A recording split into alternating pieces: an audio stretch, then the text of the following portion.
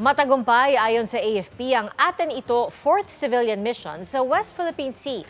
Nakapaglagay ng watawat ng Pilipinas sa Pag-asa K2 at nakapamahagi ng food at fuel supplies sa mga mangingisda at mga residente sa Kalayaan.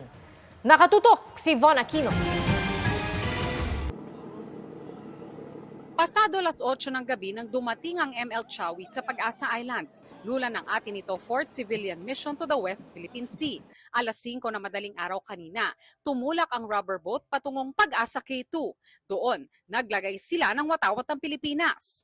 May Chinese vessel na sumunod, siguro na alerto din sila. The message is nagpapahiwatig po tayo at nagpapadala ng mensahe sa kanila na ang West Philippine Sea ay tunay ngang atin. Yeah. At dapat ay malaya po tayong nakakapunta dito. Pinuri ng AFP ang grupo para saan nila ay matagumpay at matapang na civilian-led mission sa Pag-asa Island.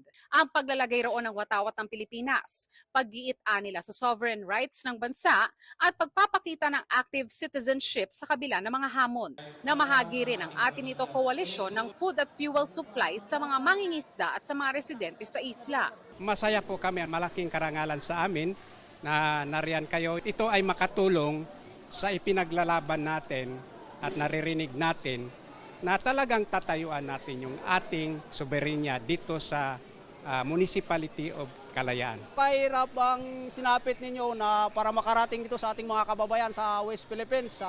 Maraming salamat po sa inyo na nakipista kayo dito sa amin. Giit ng munisipalidad ng Kalayaan at ang mga taga-Pag-asa Island, maharap man sa panganib, kailanman ay hindi nila isusuko ang teritoryo ng Pilipinas sa mga dayuhan dahil Aten Ito. Von Aquino, Nakatutok, 24 Oras.